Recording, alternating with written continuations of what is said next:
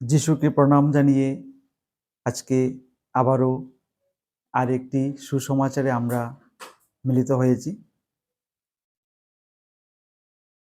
আজকে আমরা যে পবিত্র বাইবেল থেকে সুসমাচার পড়ব সেটা হচ্ছে মথি অধ্যায় ৮ বচন ২৩ থেকে ২৭। তাহলে আমার প্রিয় ভাই ও বোনেরা, আসুন আমরা আজকের যে সুসমাচার রয়েছে সেটাকে আমরা পড়ি। আমরা ২৩ বচন যদি পড়ি তাহলে আমরা দেখতে পাই, আর তিনি নৌকায় উঠিলে তাহার শিষ্যগণ তাহার পশ্চাৎ গেলেন। আর দেখো, সমুদ্রে ভারী ঝড় আসিল, এমনকি নৌকা তরঙ্গে আচ্ছন্ন হইতেছিল, কিন্তু তিনি নিদ্রাগত ছিলেন। তখন তাহারা তাহার নিকটে গিয়া তাহাকে জাগাইয়া কহিলেন, হে প্রভু, রক্ষা করুন, আমরা মারা পড়িলাম। তিনি তাহাদিগকে কহিলেন, হে অল্প বিশ্বাসীরা, কেন ভীরু হও?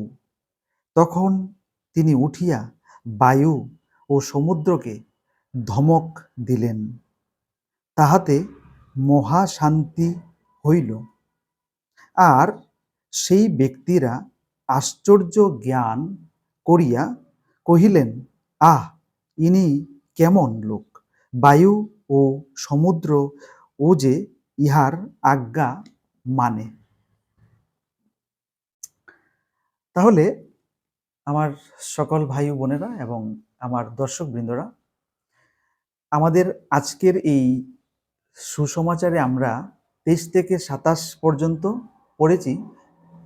যিশু আমাদেরকে ঝড় থেকে রক্ষা করেন বা আমাদেরকে যে কোনো বিপদ আপদ থেকে উনি আমাদের রক্ষা করে থাকেন। আর এই জায়গাটাতে আমরা যিশু, আমাদের প্রভু যিশু ঝড় থামান। তিনি ঝড়, একটা তুফান এবং একটি ঝড়, উনি যখন শিষ্যদের নিয়ে নৌকুতে উঠলেন তখন ভীষণভাবে ঝড় সমুদ্রে এসেছিল এবং তখন এমন একটা পরিস্থিতি দেখা গিয়েছিল যে সবাই যেন আর বাঁচতে পারবে না। ওই সময়টা সবার জন্য একটি কাল সময় এসে পড়েছিল। আর উনি তখন ঘুমিয়েছিলেন নৌকোতে। সব শিষ্যরা ওই নৌকোতে সবাই ছিল এবং সবাই ভীষণভাবে ভয় পেয়ে গেল। কিন্তু প্রভু যিশু যখন জাগলেন, জানতে পারলেন এই জিনিসটা, যে ঝড়ু গতিতে বৃষ্টি বয়ে আসছে এবং তুফান হচ্ছে। আর এই অবস্থার বেগতিক দেখে তিনি তৎক্ষণাৎ উঠলেন এবং ঝড়কে এবং এই সমুদ্রকে শান্ত হওয়ার জন্য তিনি নির্দেশ দিলেন এবং সঙ্গে সঙ্গে ঝড় থেমে গেল, মহাসমুদ্রও শান্ত হয়ে গেল। এখানটায় আমরা প্রভু যিশুর কিছু অলৌকিক ঘটনাবলী আমরা দেখতে পাই।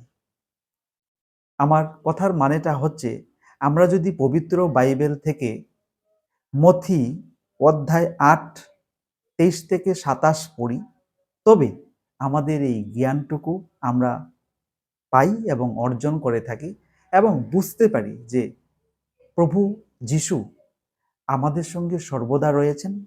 তিনি আমাদের ডাক শুনতে পান। আমরা যদি প্রভু যিশুকে মন থেকে, হৃদয় থেকে ডাকি, তাহলে উনি আমাদের সামনে আসবেন।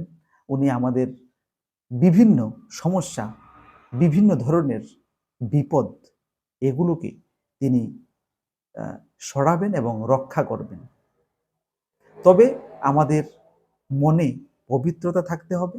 তবে আমাদের প্রভু যিশুর প্রতি বিশ্বাস থাকতে হবে। এই বিশ্বাসটাই আমাদেরকে প্রভু যিশুর কাছে নিয়ে যাবে আমরা এক অনন্ত জীবন খুঁজে পাব।